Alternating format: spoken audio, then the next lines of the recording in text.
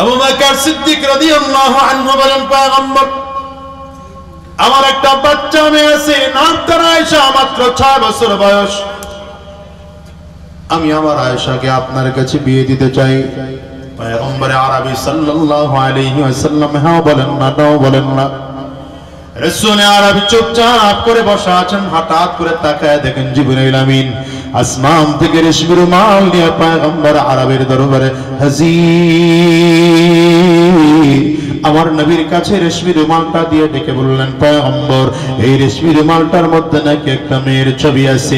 আমার আল্লাহ তাআলা বলেছেন মেয়েটাকে যদি পছন্দ হয় বিয়ে করার প্রস্তাব আমার আল্লাহ নিজে দিয়ে পাঠাইছে। নবী আমার রেশমি রুমালটা করে ডেকে বললেন, আবু বকর তাকায় দেখো ছবিটা কার? আবু বকর সিদ্দিক রাদিয়াল্লাহু আনহু বললেন, পয়গম্বর আল্লাহর কসম করে বলে এই ছবিটাই তো আমার মেয়ের ছবি।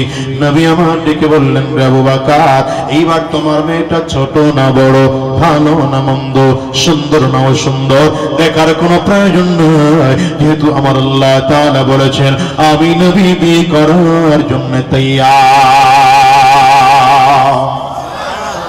মুসলমান এই জন্য বলি আমার নবী জীবনে যতগুলো বিয়ে করেছেন কোন বিয়ে আমার নবী যৌবনের চাহিদা মেটানোর জন্য বিয়ে করেন নাই।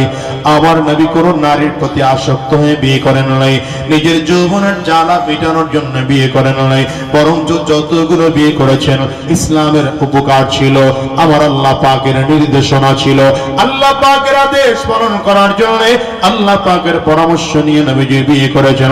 এখন যদি আমার নবী 4-এর অধিক বিয়ে করার কারণে কোন বদমাশ আমার নবীকে লুচ্চা নবী বলে গালি দেয়, কোন বদমাশ যদি আমার নবীকে নারী লোভী বলে গালি দেয়, কোন বদমাশ যদি আমার নবীকে ধর্ষক বলে গালি দেয়, আমি মনে করি ওর মাথায় কুকুর পেশাব করেছে। এই বাংলার পবিত্র জমিনে শাহজালালের জমিনে ওই বদমাশের বসবাস করার কোনো অধিকার না।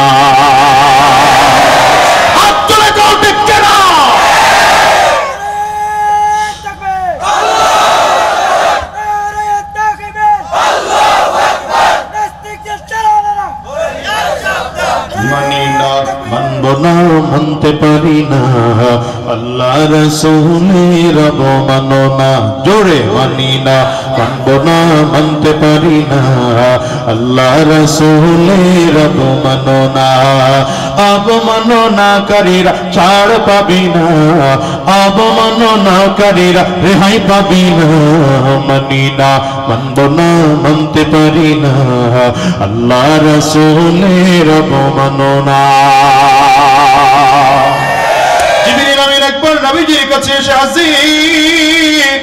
পয়গম্বর আরবি তাকিয়ে দেখেন জিবরিল আমিনের পরনে জুব্বা যেটা আছে সেটা শালার চট দিয়ে জুব্বা বানায় গায়ে দিয়ে আসছেন।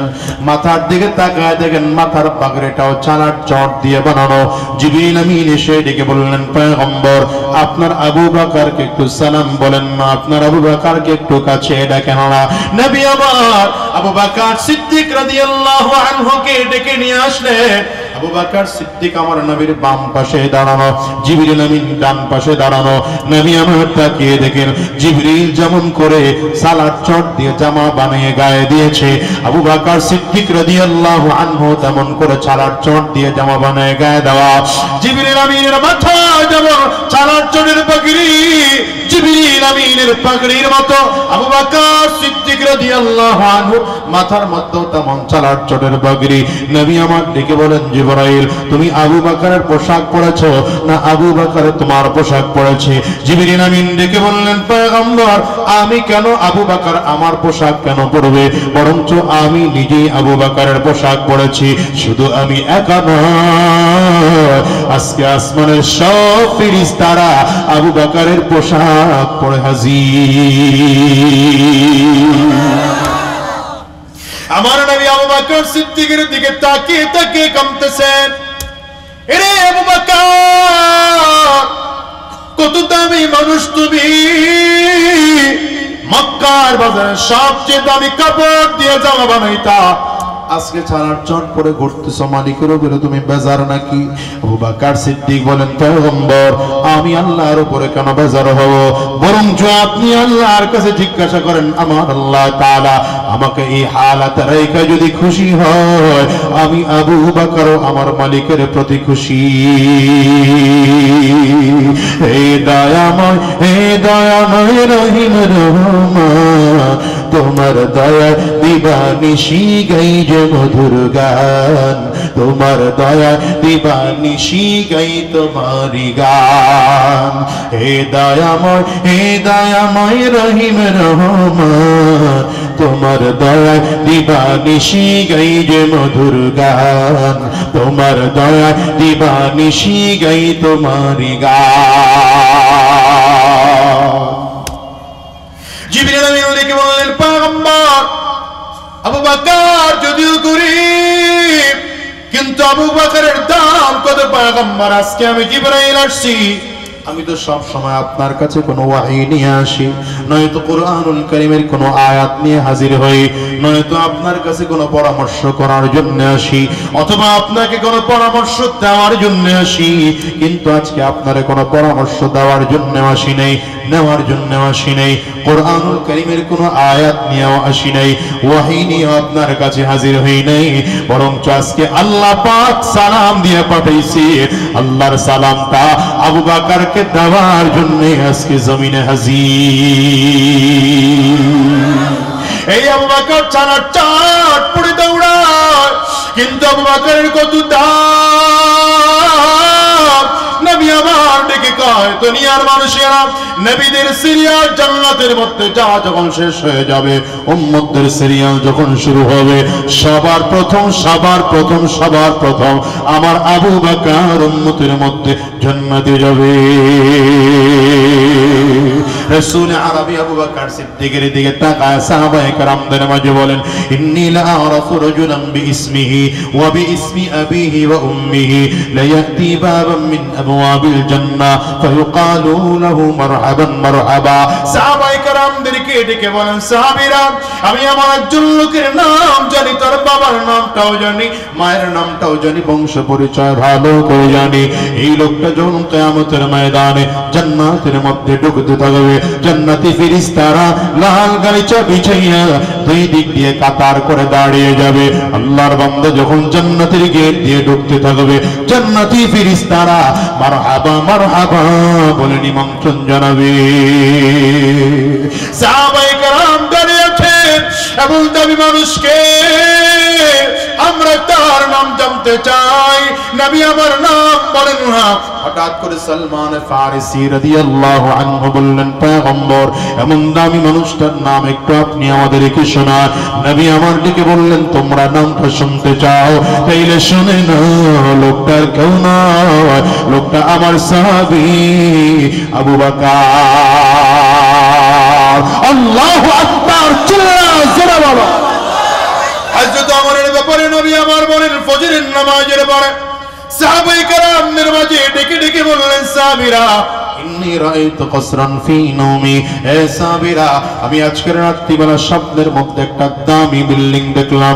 দামি বিল্ডিংটা চারটা দেওয়াল দিয়ে তৈরি করা, এর মধ্যে একটা দেওয়াল জান্নাতি লাল রঙের স্বর্ণের, আর একটা দেওয়াল মণি মুক্তা দিয়ে তৈরি করা, আর একটা দেওয়াল জবরদস্ত পাথর দিয়ে তৈরি করা, আর একটা দেওয়াল ইয়াকুত পাথর দিয়ে তৈরি করা। নবী আমার বলেন এত দামি বিল্ডিংটা গাঁথনি করতে গিয়া মাঝখানে কোনো বালু আর সিমেন্ট ব্যবহার করা হয়নি, মাঝখানে ব্যবহার করা হয়েছে মিশক আর আম্বর, নিচের ফ্লোরটা বানানো হয়েছে জাফরান দিয়া। নবী আমার ডেকে বলেন এত দামি বিল্ডিং দেখে জিজ্ঞাসা করলাম লিমান হাদা, এত সুন্দর ঘরটা কার? একজন এসে বললেন ফাতাম মিন কুরাইশ, এটা কুরাইশ বংশের একজন যুবকের। নবী আমার বলেন জানান্তু ইন্নী মিন কুরাইশ ওয়া ইন্নাহু লি, আমি মনে মনে চিন্তা করলাম আমিও তো কুরাইশ বংশের একজন যুবক, তাইলে মনে হয় জান্নাতের বাড়িটা আমার জন্য বরাদ্দ করা। পয়গম্বর আরবী বলেন চিন্তা করে এক কদম দুই কদম সামনের দিকে বাড়াইয়া হঠাৎ করে আল্লাহর ফেরেশতা সামনে এসে দাঁড়ায়। পয়গম্বর এই বাড়িটা আপনার নয়, নয়, এবারে আপনার সাহাবী ওমরের।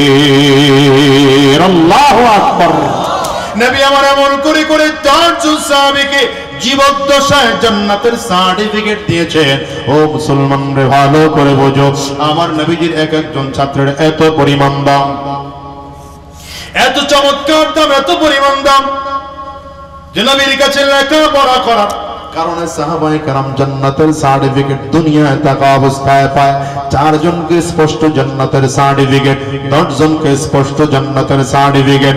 শুধু 4 জন আর 10 জন কি নয়, রব্বি করিম বদরের ময়দানের সাহাবায়ে কেরামদের পারফরম্যান্স দেখে, তাদের এমন ঈমানি জজবা দেখে আমার মালিক এমন খুশি, রাসূল আরবীর কাছে ডেকে ডেকে বললেন, পয়গম্বর, বদরে আমার যে সকল সাহাবায়ে কেরাম উপস্থিত হয়েছে, আমি আল্লাহ তাআলা তারা যা মনে চায় তা করতে থাকুক, আমি ওদের জিন্দেগীর সব গুনাহগুলো মাফ করে দিলাম।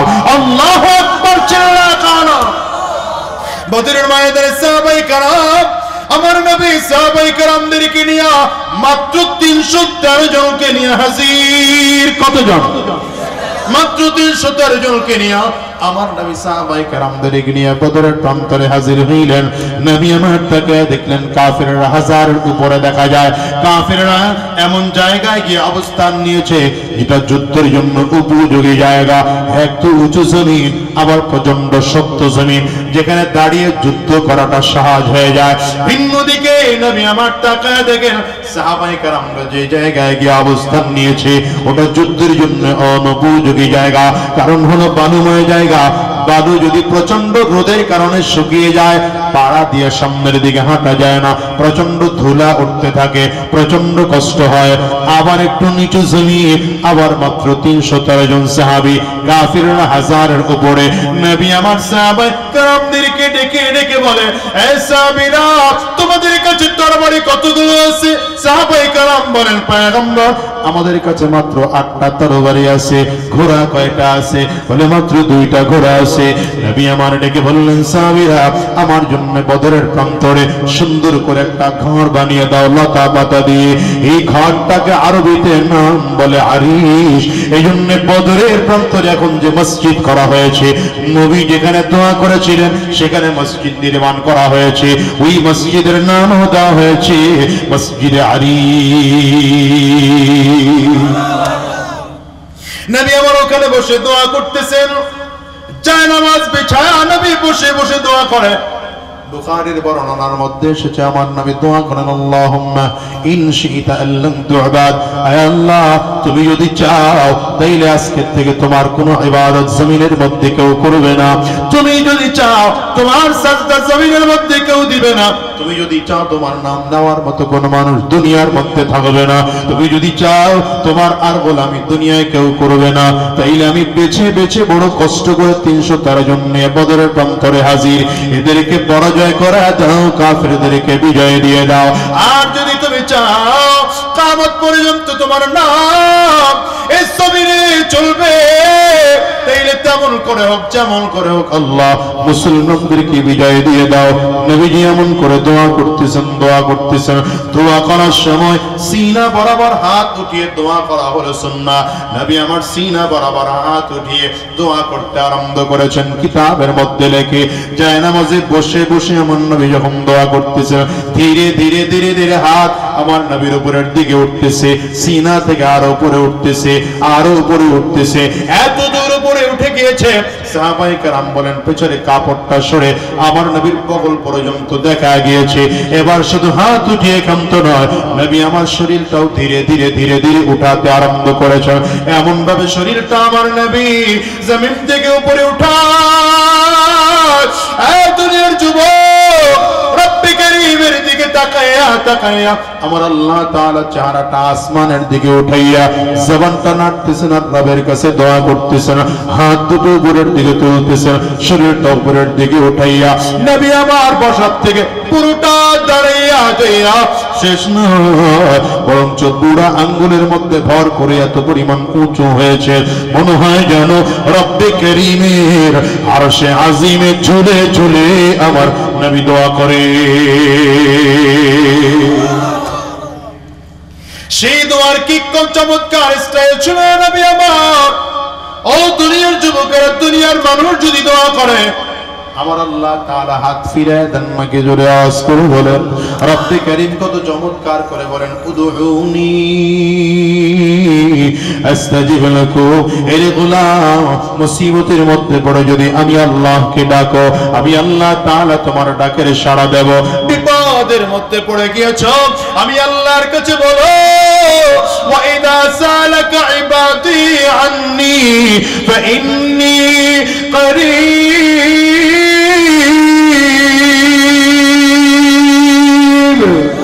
রব্বে কারীম বলেন গোলাম যদি মুসিবতের মধ্যে পড়ে গিয়ে আমি আল্লাহকে বলো, আমি আল্লাহ তাআলা তোমাকে দেওয়ার জন্য তোমার কাছে এসে দাঁড়ায় যায়। রাসূল আরবী সেখানে দোয়া করতেছে, আমার আল্লাহ তাআলা কবুল করতে দেরি করবেন না, সাথে সাথে কবুল করবেন। আমার নবী, মায়ার নবী এত কান্না, চোখ দিয়ে পানিগুলো গাল বেবে টপ টপ করে আমার নবীর পড়ে। রাহমাতুল লিল আলামিনের কান্না সহ্য করতে না পেরে আবু বকর সিদ্দিক রাদিয়াল্লাহু আনহু আমার নবীকে এসে জড়ায় ধরলেন, নিজের দিকে জড়ায় ধইরা চিৎকার করে কাঁদতে আরম্ভ করেছেন, হাসবুকা ইয়া রাসূলুল্লাহ, পয়গম্বর যথেষ্ট হয়েছে আপনার কান্না, আপনি আর কান্না করবেন না। আপনি যদি এমন করে কান্না করেন আমরা সহ্য করতে পারি না। নবী আমার এমন করে কাঁদবেন না। সাহাবায়ে কেরাম, পয়গম্বর আমরা মুসা পয়গম্বরের উম্মত নয়, আমরা মুহাম্মদুর রাসূলুল্লাহর উম্মত। মুসা আলাইহিস সালামের উম্মতেরা মুসা আলাইহিস সালামকে রেখে চলে গিয়েছিল, কিন্তু আমরা মুহাম্মদুর রাসূলুল্লাহর উম্মত। ইসলাম বিজয় করার জন্য বদরের প্রান্তরে আমরা থাকব, শরীরের একটা ফোঁটা রক্ত থাকা সত্ত্বেও বদরের ময়দান আমরা ছাড়ব না, যতক্ষণ পর্যন্ত কালিমার পতাকা বদরে উত্তোলন করতে না পারবো, ময়দান আমরা ছাড়তে রাজি না। হযরত আমার ডাক দেয়, পয়গম্বর 313 জনের মধ্য থেকে যদি 312 জন চলে যায়, আমি ওমর একা থাকবো, আপনি আমার সেনাপতি হয়ে থাকবেন, আপনি আদেশ করবেন আমি যুদ্ধ করব, হাজারো কাফিরদের বিরুদ্ধে যুদ্ধ করব, আমি ওমর ময়দান ছাড়ব না। কিন্তু নবী আমার কান্না বন্ধ করেন না, কারণ আমার নবী হাত তুলেছেন রবের কাছ থেকে ফয়সালা নেওয়ার জন্য। আজকে রবের কাছ থেকে, আমার আল্লাহ তাআলার কাছ থেকে নবীজি ফয়সালা চান। কেমন করে ফয়সালা নেবেন? রাহমাতুল লিল আলামিন। হায়রে, আমার নবী হাত তুলে তুলে এখনো দোয়া করতেছেন, হাত কিন্তু এখনো নিচের দিকে নামে নাই, হাত উপরের দিকে দিয়ে নবীজি দোয়া করতেছেন। রব্বে কারীম ডাক্তার জিবরাইল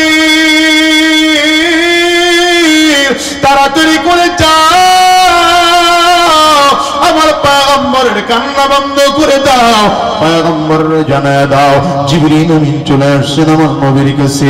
ওগো নবী আমার, কান্না করা লাগবে না, আল্লাহ তাআলা আপনার জন্য আগামীকাল 1000 ফেরেশতা সৈন্য বাহিনী বানাইয়া বদরের ময়দানে পাঠাবে। এই আল্লাহু আকবার চিল্লায়া জোরে বলো। নবীজির কান্না কোনো বন্ধ হয় না। আমার আল্লাহর দিকে তাকায় বললেন, আল্লাহ সৈন্যকে তোমার বাহিনী কম আছে নাকি? তোমার কাছে ফেরেশতা কম আছে নাকি? দিবাই যেহেতু 1000 কেন আরো একটু কি বাড়াইয়া দেওয়া যায় না? রব্বে কারীম ডাক দেয়, পয়গম্বর 1000 দিয়েছিলাম, জান আপনাকে আগামীকালকে আমি আল্লাহ তাআলা 3000 ফেরেশতা দিয়ে সহযোগিতা করব। রাসূল আরবী আবার কান্না করে, মালিক দিছো তো বাড়া দিছো, ভালো হয়েছে, তবে তুমি যদি আরো একটু বাড়ায় দিতা তোমার নবীও খুশি হইতো, তোমার নবীর সাহাবীরাও খুশি হইতো। রব্বে কারীম ডাক দেয়, বিখামসাতি আলাফিন মিনাল মালাইকাতি মুসাউমিমিন।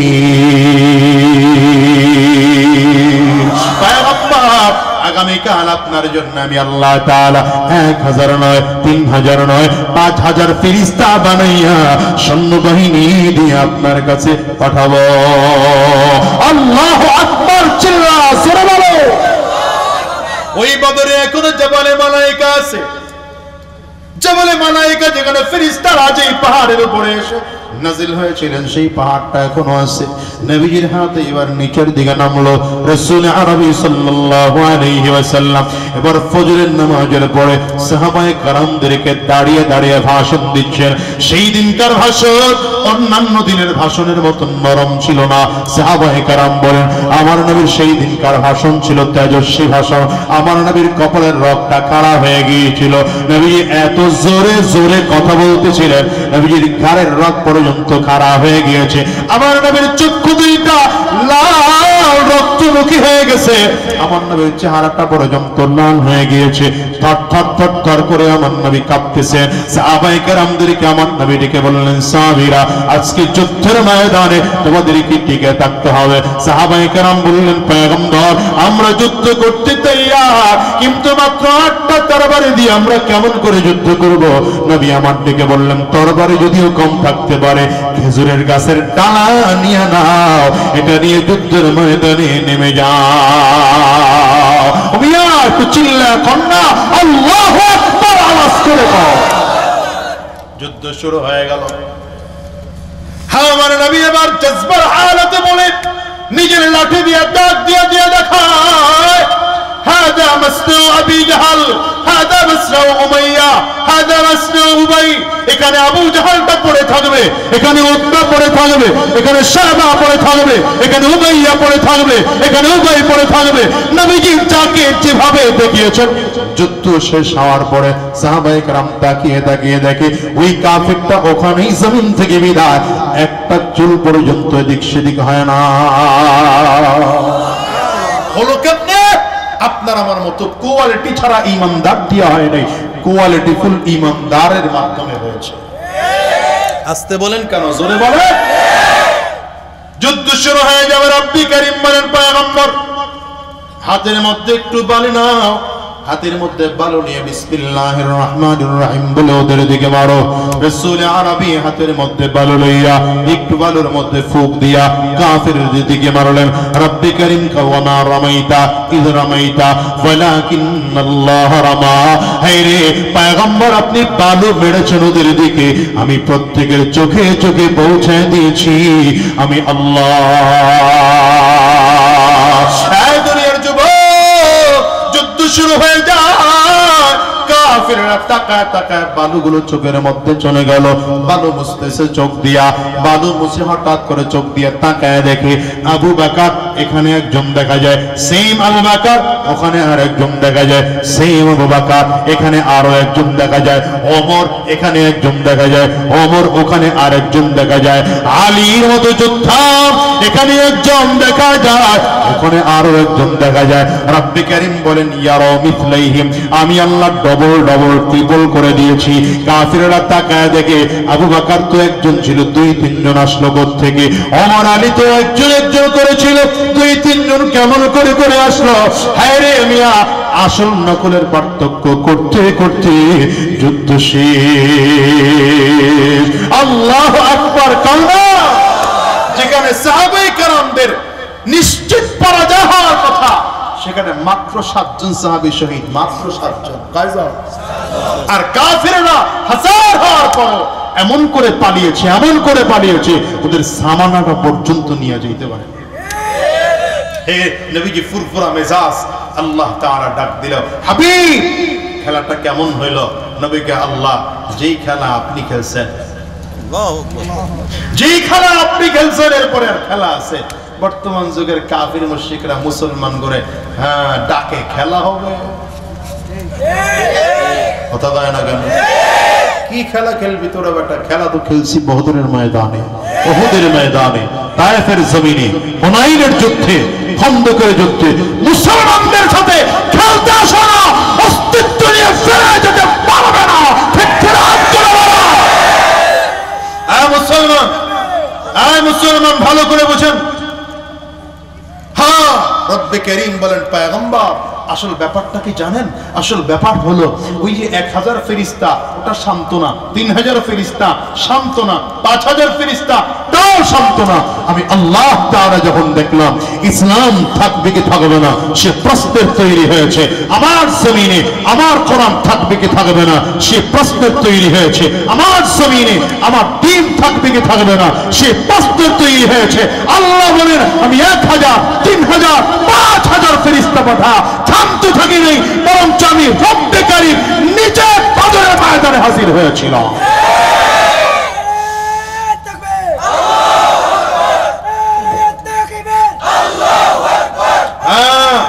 মুসলমানদের শক্তির গোড়া কোথায় জানো না? মুসলমানদের শক্তির মূল গোড়া কোথায় জানো না মিয়া? তোমাদের সাথে আমেরিকা থাকতে পারে, জাপান আর জার্মান থাকতে পারে, ইন্দোনেশিয়া মালয়েশিয়া থাকতে পারে, খোদার কসম করে বলি মুসলমানদের কাছে আমেরিকা নেই, মুসলমানদের সাথে রাশিয়া নেই, মুসলমানদের সাথে চায়না নাই, মুসলমানদের যোগাযোগ সরাসরি রব্বে কারীমের আরশে আজিম। ঠিক কিনা কও? এজন্য মুসলমানদের সাথে লড়তেই শোনো, মুসলমানদের সাথে লড়তেই শোনো। তাকায় দেখো না ফিলিস্তিনের দিকে, ফিলিস্তিনের দিকে দেখো না, মাত্র গুটি কয়েক মুসলমান, অল্প কয়েকজন মুসলমান, অস্ত্র কম, বিমান কম, সব কম, কিন্তু এই ছোট্ট অল্প কয়েকজন মুসলমান যখন ইমানে পাওয়ার নিয়ে ময়দানে নেমেছে তো বদমাশগুলো ল্যাজ গুটিয়ে পালাতে বাধ্য হয়েছে। ঠিক কিনা বলো না? সারা মুসলমান ভালো করে শোনো, আজকে বাংলাদেশও আমরা হয়তো বাংলাদেশে বৈশা ফিলিস্তিনের পক্ষে কোনো কিছুই করতে পারি নাই, বাইতুল মাকদিসের পক্ষে কোনো কিছুই করতে পারি নাই, কিন্তু মুসলমান আমি তোমাদেরকে বলি ভালো করে শোনো, আমার বাংলাদেশও এমন সিচুয়েশন কখনো যদি তৈরি হয়, আমার বাংলার কোরআন রক্ষার জন্য, আমার বাংলার ইসলাম রক্ষার জন্য, আমার বাংলাদেশের মাদ্রাসা আর মসজিদগুলো রক্ষার জন্য এই দেশের উলামায়ে কেরামদের নেতৃত্বে যদি তোমাদের রক্ত দিতে হয় রক্ত দিবা, যদি বুকের তাজা রক্ত দিয়া জীবন দিতে হয় কারা কারা তৈয়ার আছো?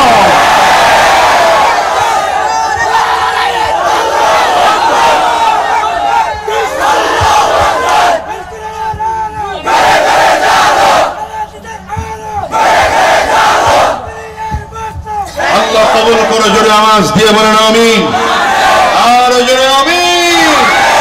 রাগ করলেন আপনারা? অসুবিধা হয় আপনাদের? মুসলমানদের যোগাযোগের মূল জায়গা কোথায়? আঙ্গুলটা উঁচা করে বলেন কোথায়? মুসলমানদের শক্তির মূল গোড়া কোথায়? কিন্তু ইমানদার এই জন্য পাওয়ারফুল হওয়া লাগবে। কথা বলেন, এই জন্য কি হওয়া লাগবে? সাহাবায়ে কেরামদের পারফরম্যান্স দেখে আমার আল্লাহ এত খুশি, আল্লাহ ঘোষণা দিলেন পয়গম্বর আপনার সাহাবীরা যা মনে চায় তা করুক, আমি ওদের জিন্দেগির গুনাহ মাফ করে দিলাম। আরো জোরে আল্লাহু আকবার বলবেন না? আমাদের অবস্থা এখন আমরা সংখ্যায় অনেক বেশি, কোয়ালিটি বড় দুর্বল। ইমানের মুসলমানের বাচ্চা, ইমানদারের বাচ্চা জিজ্ঞাসা যদি করা হয় কালিমা জানো? জানি না। কালিমায়ে তাইয়্যিবা ওই পাকিস্তানি আর্মি মিলিটারিরা পাকিস্তানের যুদ্ধের সময় এসে মুসলমানদের জিজ্ঞাসা করে তুমি মুসলমান হো? আমি মুসলমান হো, তো কালিমা বাতাও। কালিমা পড়তেছে লা ইলাহা ইল্লা আনতা সুবহানাকা ইন্নী কুনতু মিনাজ জালিমিন। ये तो मुसीबत का दुआ है, तो मैं तो मुसीबत में गिर रहा है। মুসলমানদের অবস্থা, মুসলমানের সন্তান কালিমা জানে না, নামাজ জানে না, রোজা জানে না, হজ জানে না, যাকাত জানে না। মুসলমানের সন্তান গানের অনুষ্ঠান করে, হবে না, চলবে না, সব বাদ দাও, কোরআনের পথে আসো, ইসলামের পথে আসো, দ্বীনের পথে আসো, হাত তুলে যাও। ঠিক কেন? এই জজবা থাকবে না। মাহফিল শেষ হওয়ার পরে, মাহফিল শেষ হয়ে গেলে কেবেন হুজুরা কথা বলেন, ঠিক না? অনুরোধ করে যাই, জীবন পরিবর্তন করো। সাহাবায়ে কেরামদের দিকে তাকাও না। এক একজন সাহাবী যুদ্ধের ডাক আসলে ময়দানে এমন ভাবে নামতেন, জীবন দিতে মনে চাই, দেওয়ার প্রয়োজন হলে জীবন দিতেও তৈয়ার ছিল। এজন্য কলিজার মধ্যে নবীর ভালোবাসা দরকার, আল্লাহর ভালোবাসা কলিজায় দরকার। ঠিক কি রাখো না? এজন্য রব্বে কারীম কয় والذين آمنوا أشد حبا لله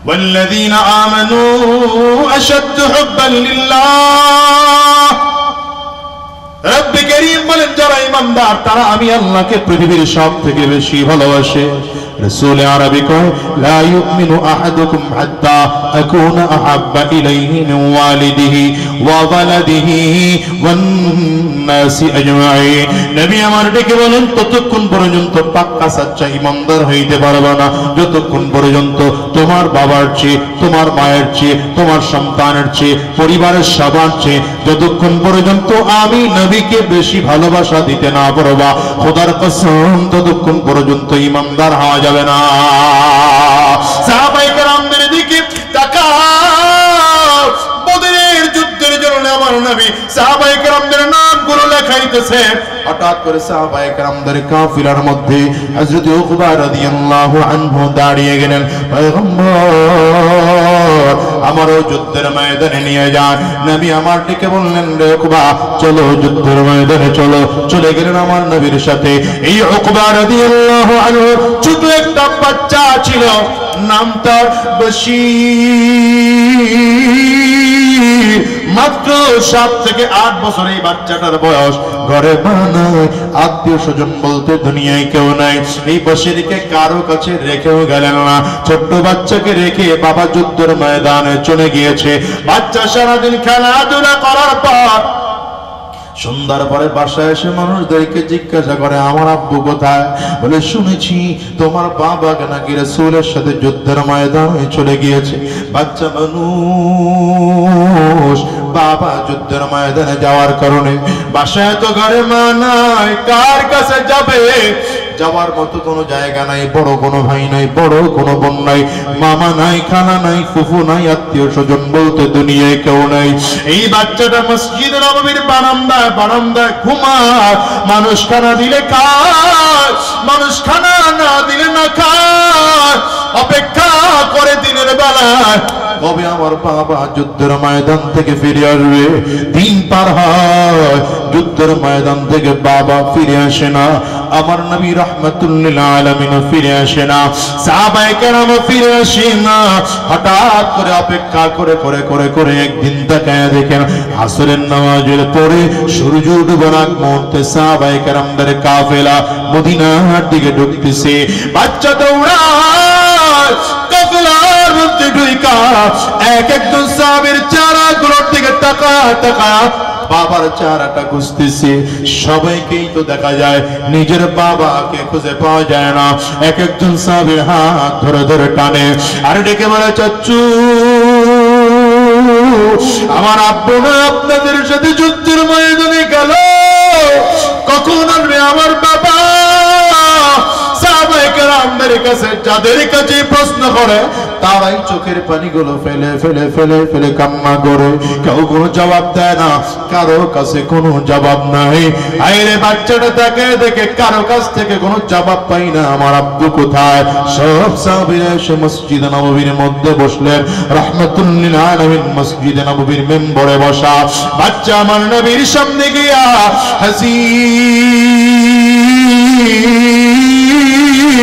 নবীজির দিকে তাকায় বলে পয়গম্বর আমার আব্বু সাথে যুদ্ধের ময়দানে গেল কখন আসবে আমার আব্বু নবীর চোখ দিয়ে টপ টপ করে পানি পড়তে আরম্ভ করেছে এই বাচ্চাটার দিকে তাকা আমার নবী কি বলবে লজ্জায় আমার নবীর চেহারা লাল হয়ে গেল আমার নবীর লজ্জায় চেহারাটা ডান দিকে ঘোরা ফেলাইছে বাচ্চাটা আমার ডান দিকে এসে ডেকে বললেন পয়গম্বর আমার আব্বু না আপনার সাথে যুদ্ধের ময়দানে গেল আব্বু কখন আসবে নবী আমার লজ্জায় চেহারাটা বাম দিকে ঘোরাইলে বাচ্চাটা বাম দিকে সে দাঁড়ায় পয়গম্বর আমার আব্বু কই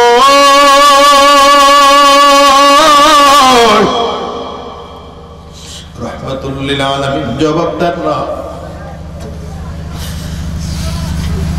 তখন নবী চেহারাটা নিচের দিকে দিয়ে ফেলছে নবীজির চোখ দিয়ে গাল বেয়ে পানিগুলো জমিনের মধ্যে পড়তেছে নবীজির কাপড়ের মধ্যে পড়তেছে বাচ্চাটা তাকায় দেখে তো বারবার আমার নবীরে বলি, আমার নবী প্রশ্নের জবাব দেয় না। হঠাৎ করে আমার নবীর পাও দুইটা জড়ায় ধইরা চিল্লায় কাঁদতে আরম্ভ করেছে। নবী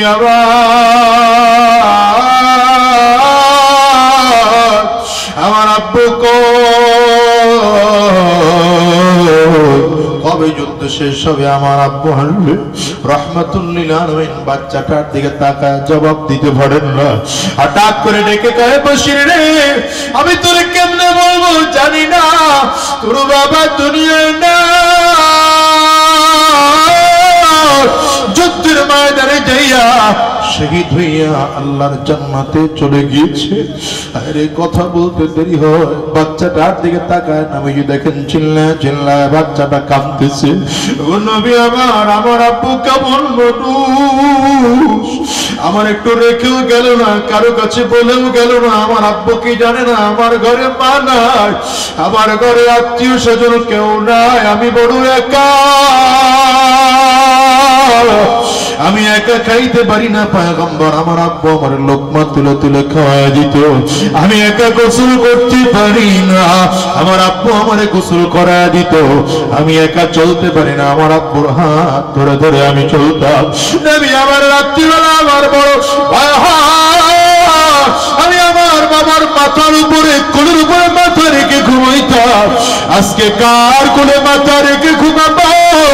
নবীজি চোখের পানি ফালা ফালা কান্না করে, বাচ্চাটাও চোখের পানি ফেলে ফেলে কান্না করে, কারণ আমার নবীর তো মা জমিন থেকে অল্প বয়সে বিদায় হয়েছে, মাত্র 6 বছর বয়সে আমার নবীজি মা হারিয়েছেন, জন্মের আগে বাবা হারিয়েছেন।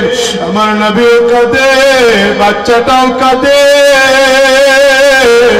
ওরে কলিজার টুকরো যুবক, আজকের এই ময়দানটাতেও যারা হাজির, এখানেও খুঁজলে দেখবা কত মানুষের মা নাই, কত মানুষের বাবা নাই।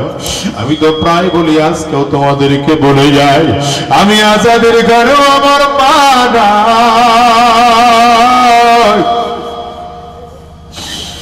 মালিকের কাছে একটাই বড় কষ্ট, মালিক তোমার কাছে যা চাইছি তার চেয়ে অনেক বেশি তুমি দিছ, সম্পদও কম দাও নাই, ক্ষমতাও কম দাও নাই, টাকা পয়সাও কম দাও না, কিন্তু মালিক রে আজকে আমার কলিজার সামনে আমার মা নাই। এই মাহফিলটার মোনাজাত করে দিলে বাসায় যাইবা, দরজার মধ্যে টোকা না খাইলে হয়তো তোমার মা দরজা খুলবে রে ভাই। আমি আজাদি বাসায় গিয়া দরজার মধ্যে টোকা দিলে আমার মা দরজা খুলবে না। আজকের এই মজলিসটার মধ্যে কত মানুষ যেন আছে মা নাই, কত মানুষ যেন আছে বাবা নাই। আমার মতো কার কার মা নাই, একটু হাতটা উঁচা করে দেখাও। কার কার বাবা নাই বাজান, আপনারাও একটু হাতটা উঁচা করে দেখান। হাতগুলো তুলে রাখে, নামায়ান না, হাতগুলো তুলে রাখে। মাহারা মানুষগুলোর চেহারা গুলো আমার যুবকেরা তাকায় তাকায় দেখু। এই যুবকরা, এই মানুষগুলো হাত তুলেছে, এদের মধ্যে কারো ঘরে মা নাই, কারো ঘরে বাবা নাই, কারো ঘরে আব্বা আম্মা দুজনেই কাউ নাই। যুবকরে কি দিয়ে তোমারে বোঝায়? আজকে যদি লক্ষ কোটি টাকার বিনিময়ে মাকে পাওয়া যাইত, মনে হয় আজকে মাকে খুঁজে নিত। বাবাকে যদি পাওয়া যাইত, লক্ষ কোটি টাকার বিনিময়ে তারা বাবাকে খুঁজে নিত। আমি তোমাদেরকে বলে যাই, শোনো, দুনিয়ায় সব আছে, তোমার ঘরে মা নাই তো দুনিয়ায় কিছুই নাই। নবী আমার বলেন, হুমা জান্নাতু ওয়া হুমা নারু, আব্বা আম্মাই তোমার জাহান্নাম, আব্বা আম্মাই তোমার জান্নাত। দুইটা বক্স সমান সমান রাখতে হবে। সুবহানাল্লাহ, বেশ কমায় দাও, বেশ কমাও, সাউন্ডটা কমাও। আলহামদুলিল্লাহ, الحمد لله الذي أحاط بكل شيء علما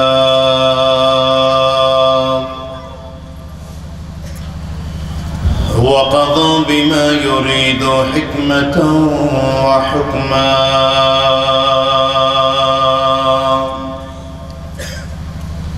وأنعم بالنعم بالنعم ابتلاء وامتحانا ونشهد أن لا إله إلا الله وحده لا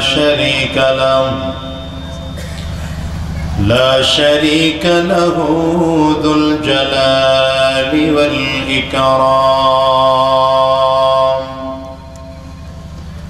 ونشهد أن محمدًا عبده ورسوله سيد وأفضل الأنام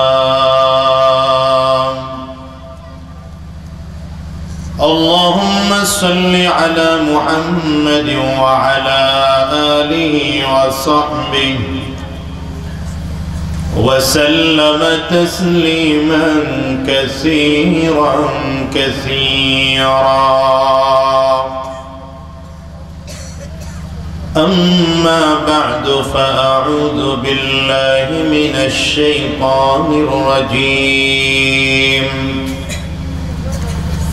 بسم الله الرحمن الرحيم هو الذي بعث في الأميين رسولا منهم يتلو عليهم آياته ويزكيهم ويعلمهم الكتاب والحكمة وإن كانوا من قبل لفي ضلال مبين صدق الله العظيم وصدق رسوله النبي الكريم ونحن على ذلك من الشاهدين والشاكرين والحمد لله رب العالمين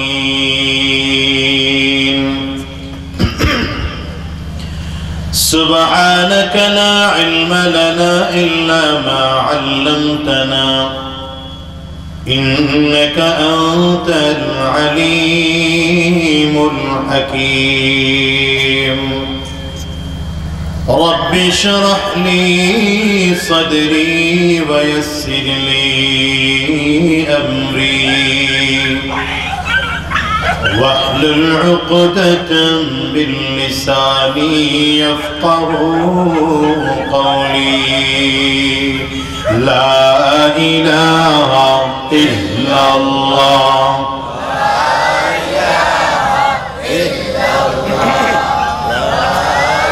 بالآواز دي زبان كل شكل ملي لا إله إلا الله أرجو لا إله إلا الله لا إله إلا الله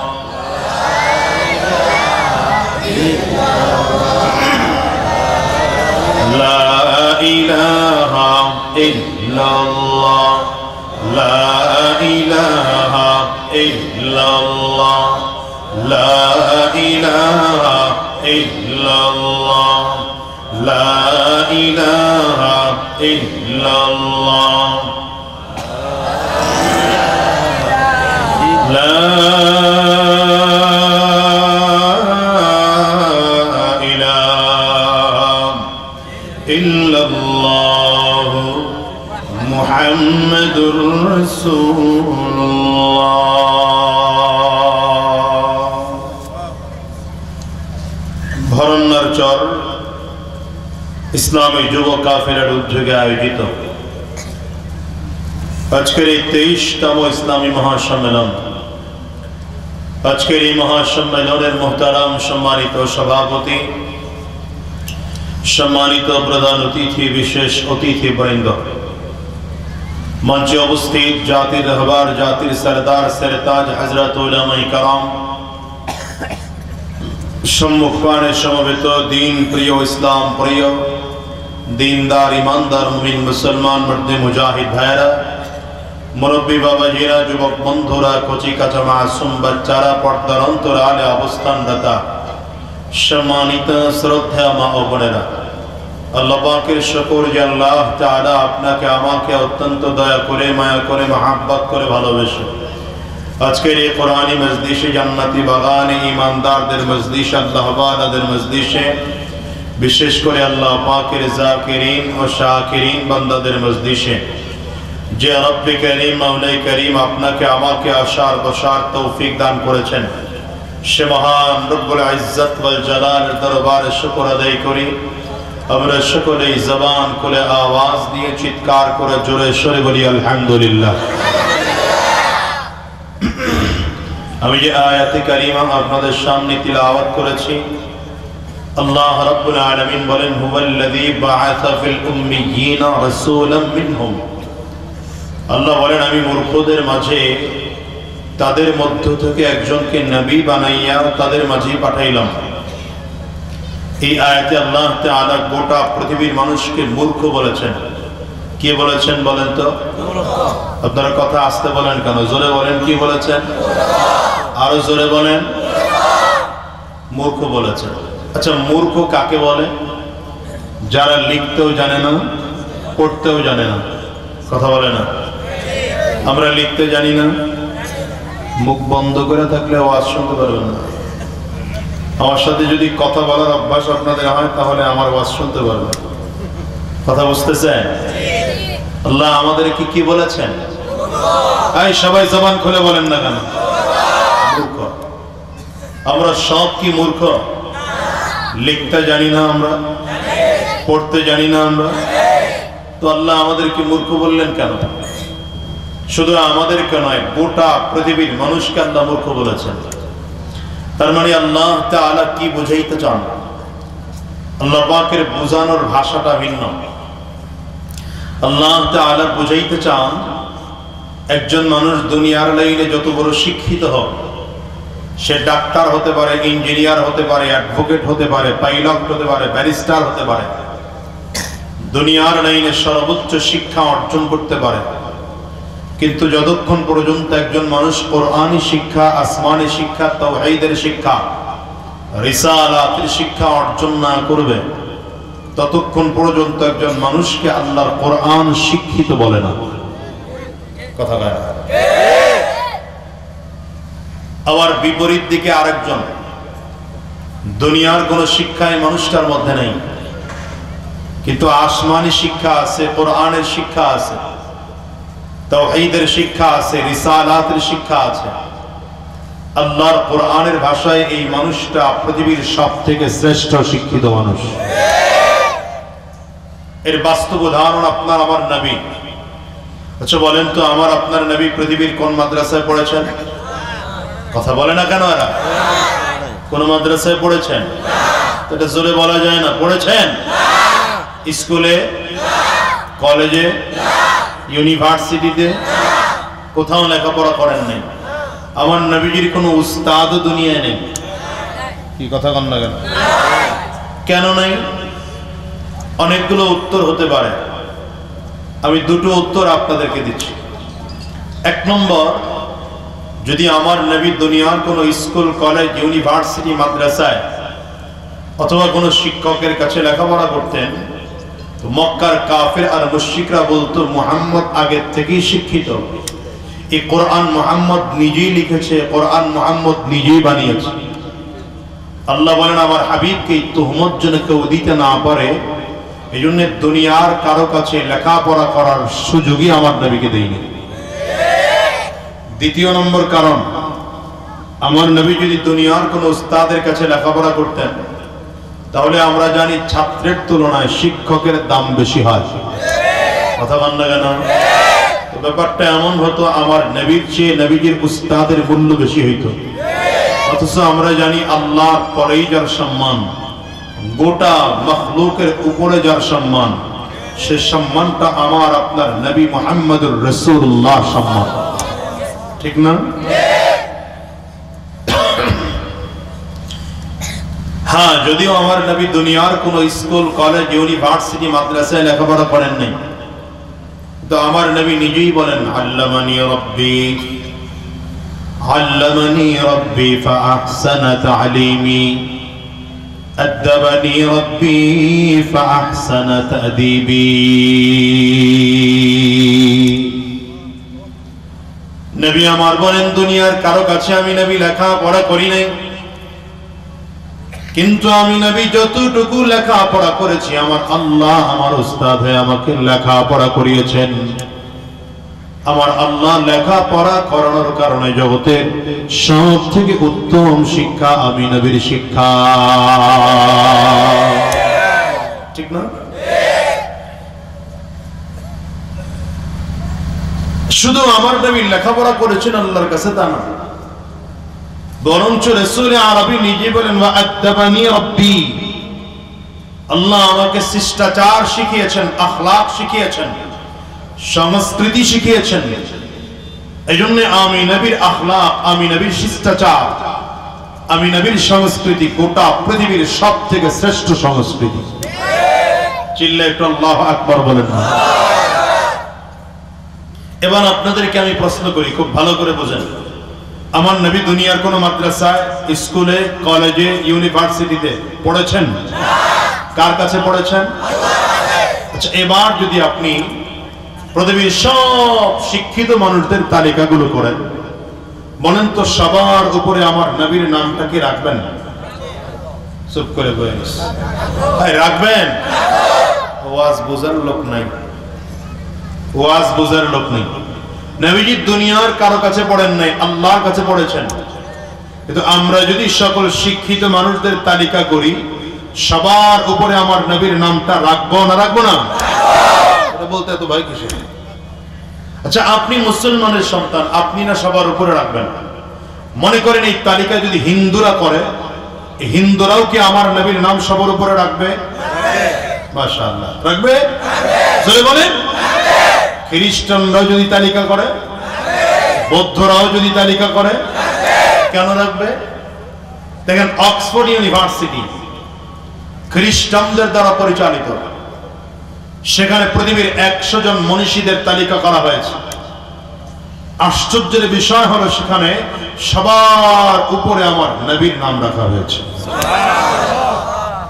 দেখেন, আমার নবী দুনিয়ার কারো কাছে পড়েন নাই, কিন্তু হিন্দু হোক, বৌদ্ধ হোক, খ্রিস্টান হোক, বিধর্মী হোক, সব ধর্মের মানুষ একথা স্বীকার করতে বাধ্য যে রহমাতুল লিল আলামিন শ্রেষ্ঠ শিক্ষিত মানুষ।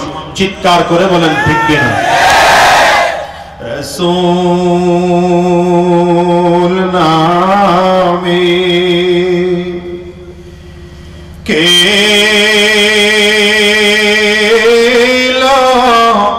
মদিনা,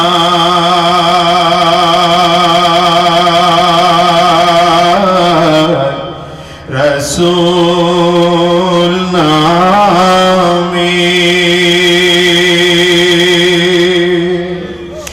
ওরে আকাশের চাঁদর কেড়ে ওকে আনলো মদিনা,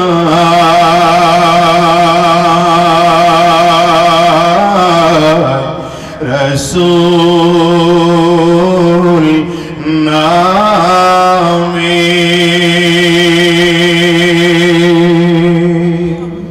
কষ্ট হয়? অসুবিধা হয়? গলেতে তসবির মালা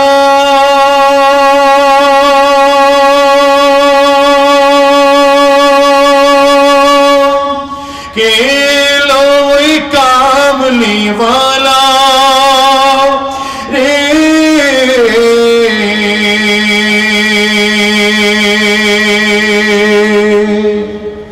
गालेते तस्बीरो माला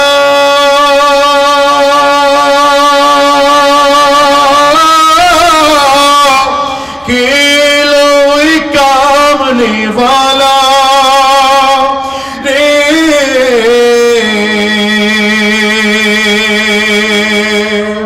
ওরে আমার বুকের দরজা তালা, ওরে বুকের দরজা তলায় তাকে ডেকে নিয়ে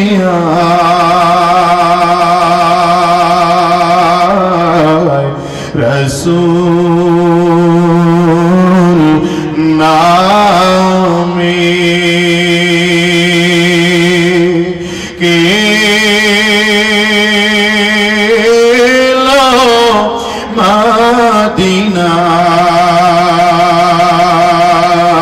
মদিনায় রাসূল নামে। নবীকে আমার দেশের যুবকরা নবী চিনে নাই। নবী না চিনার কারণে এই যুগের মানুষ আমার দেশের ইংরেজদের কাছে দৌড়ায়, খ্রিস্টানদের কাছে দৌড়ায়, কাফিরদের কাছে দৌড়ায়, মুশরিক আর মুরতাদদের কাছে দৌড়ায়। আমার দেশের যুবকের কাছে আর্জেন্টিনার ব্রাজিলের জার্সি ভালো লাগে, মুহাম্মদুর রাসূলুল্লাহর পোশাক ভালো লাগে না। আমার দেশের যুবকদের কাছে খেলোয়াড়দের চুল কাটার স্টাইল ভালো লাগে, আমি মুহাম্মদুর রাসূলুল্লাহর চুল কাটার স্টাইল ভালো লাগে না। চিল্লায় আমার ঠিক কিনা?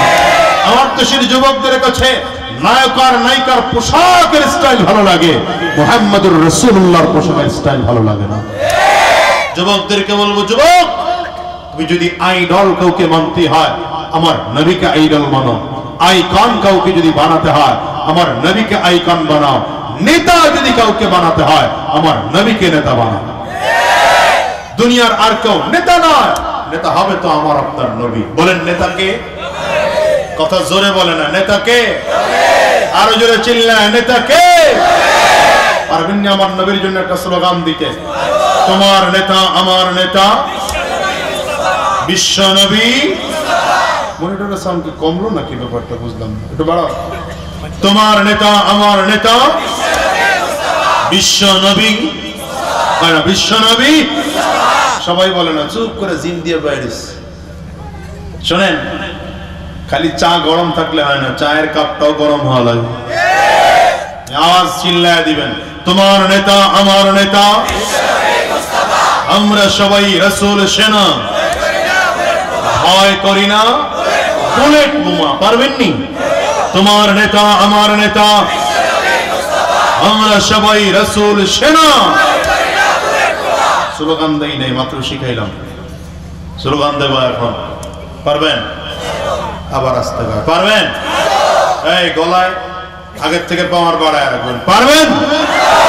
কাশি দেন, গলা ক্লিয়ার করেন, গলা করে ক্লিয়ার করেন। এবার দুই হাত টান টান করে উঁচা করেন, টান টান করে দুই হাত ভালো করে উঁচা করে ডানে আগামে তাকায় দেখেন, হাতকে তুলে নিন। হাত সবাই তুলছে? না তুলে থাকলে হাতটা ধরে মহাব্বত করে হাত তুলে দেন। এবার হাতগুলো মুঠ করেন, ঝাঁকি দেন, দেন ভালো করে ঝাঁকি দেন, শরীরের মধ্যে একটা স্পিড আসুক, দেন ঝাঁকি। মাশাআল্লাহ। এবার কণ্ঠের যতটুকু আওয়াজ আছে পুরোটা আওয়াজ ছেড়ে দিয়ে একটা তাকবীর দিতে হবে। মুসলমান রেডি? জোরে বলে না, রেডি? আমার হাত নিচের দিকে নামাইছে কেন? উপরের দিকে উঠাইতে হবে। হ্যাঁ, এবার কণ্ঠের পুরোটা আওয়াজ ছেড়ে দিয়ে তাকবীর দেব। নারে তাকবীর। হইল না, পোষাইল না, আওয়াজ পোষাইল না, আরো জোরে লাগবে। নারে তাকবীর, আল্লাহু আকবার। দুই হাত উঁচা করে নারে তাকবীর, আল্লাহু আকবার। মিয়া ভিতরে কুফর ঢুকছে, শিরিক ঢুকছে, বিদআত ঢুকছে, ওটাকে ঈমানের প্রেসার দিয়ে বের করতে হবে।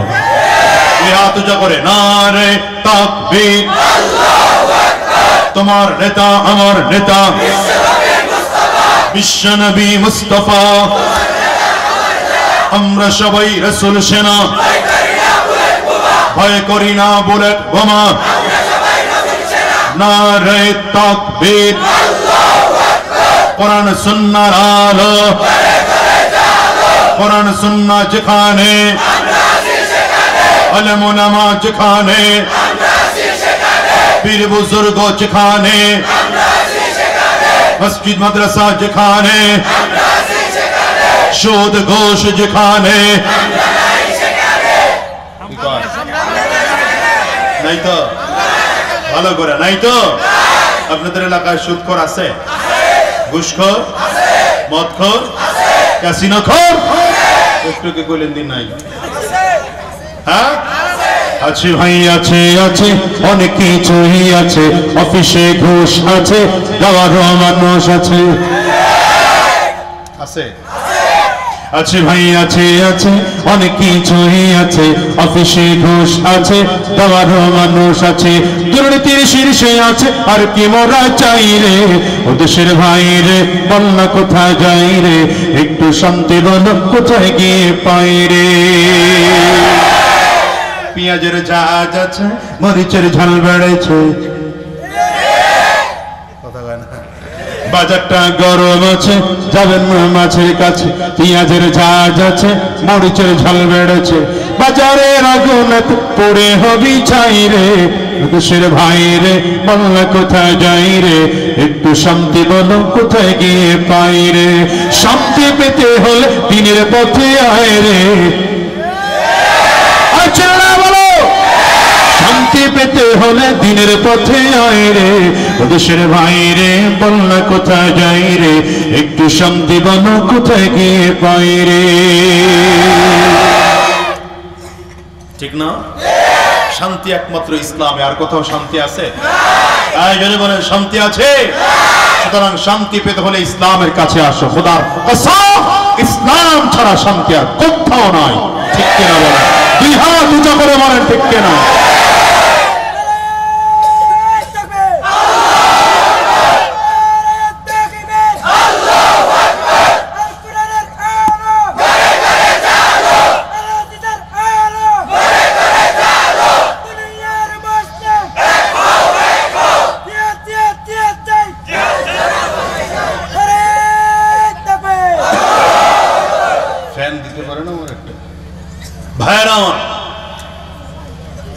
তুমি কিন্তু একটু পরে পরে বুক খাইতেছো মনে হয় না এই জায়গায় সেই খাও হবে না এটা খাওয়া যাবে না সব বন্ধ করতে হবে ঠিক আছে তো আসতে কয়তো ঠিক আছে তো আপনারা আছেন তো কতক্ষণ আছেন হ্যাঁ সারাক্ষণ এটা আবার কেমন উত্তর কতক্ষণ সারা রাত আপনারা থাকবেন সারা রাত আমি আর 40 মিনিট আছে এখন কোন কতক্ষণ আছেন এই উত্তরটা চাইছিলাম আমি যতক্ষণ আছি আপনারা ততক্ষণ আছেন তো আমি যতক্ষণ আপনারা ততক্ষণ আছেন তো একটু পরে যখন মূল কথা বলা শুরু করবো তখন একদল মানুষ উঠবে উঠলেই মনে করবেন ওয়াজের গায়ে লাগছে একটু আগে সুদের বিরুদ্ধে বলছি না ঘুষের বিরুদ্ধে বলছি না তাহলে যে উঠবে মনে করবেন হয়তো সুদখোর না তো ঘুষখোর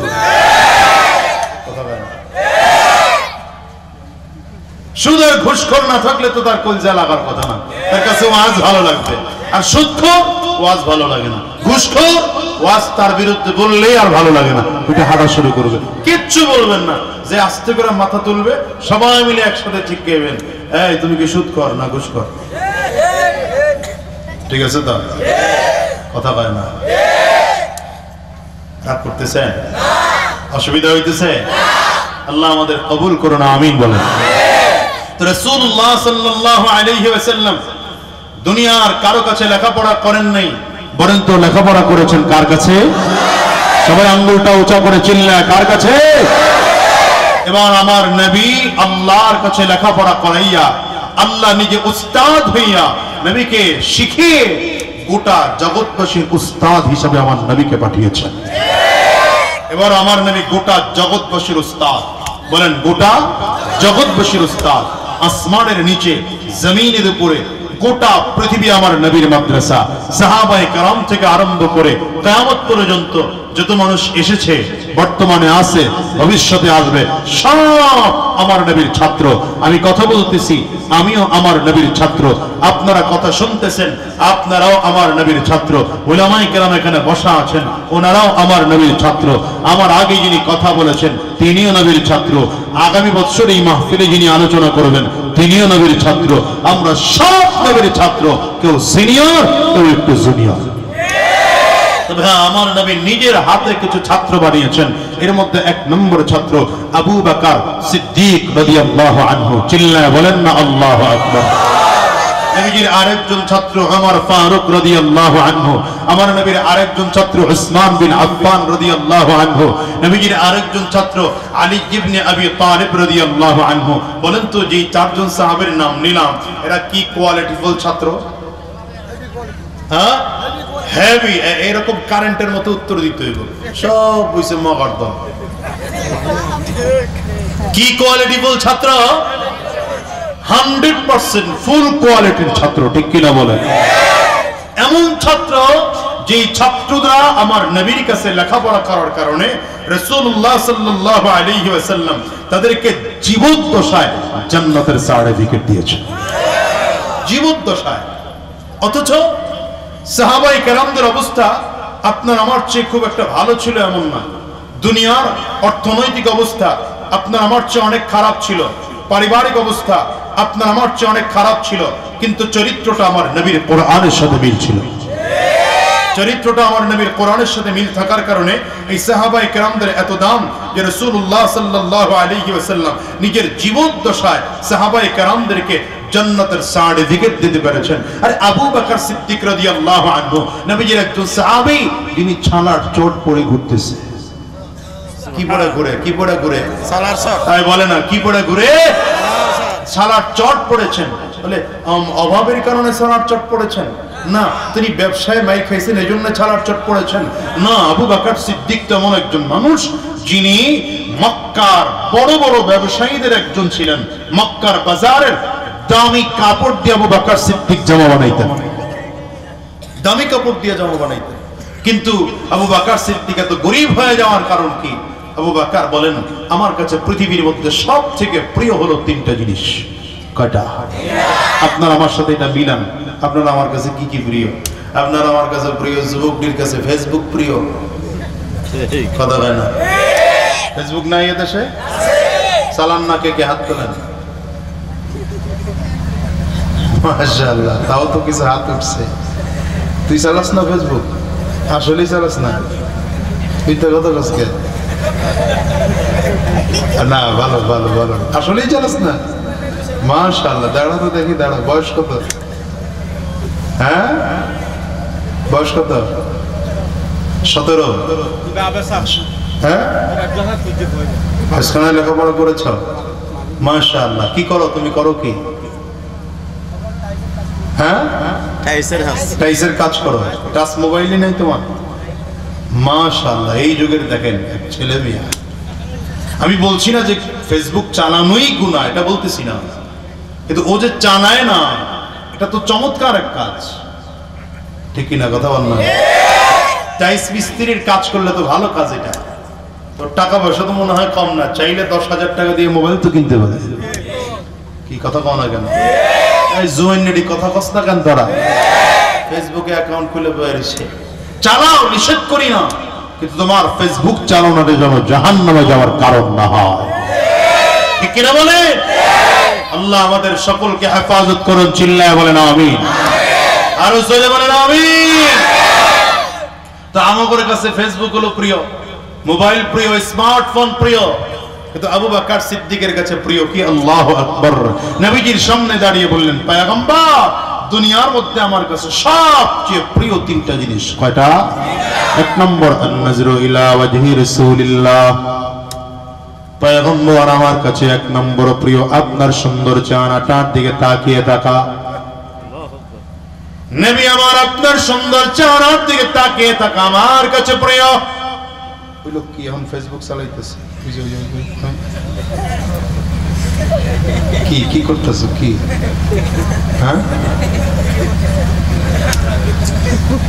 হ্যাঁ, এই জায়গায় দেখছেন রোগী আছে। সব রাখো, ফেসবুক ওয়ালারা সব বন্ধ করো। এখন এখন কথা শোনো, এই সময় আগামীকাল থাকবে না। থাকবে? কথাগুলো খুব হাসতে হাসতে মেসেজ দিচ্ছি। তো এটা এখন জান্নাতের বাগান। কথা হয় না কেন? এই জায়গাটা আগামীকাল পাইবা না। আগামীকাল সারাদিন মোবাইল টিপতে পারবো, আজকে 1 ঘন্টার জন্য বন্ধ করো। আবু বকর সিদ্দিকের কাছে কয়টা জিনিস প্রিয় বললাম? এর মধ্যে এক নম্বর, আন-নাজরু ইলা ওয়াজহি রাসূলিল্লাহ,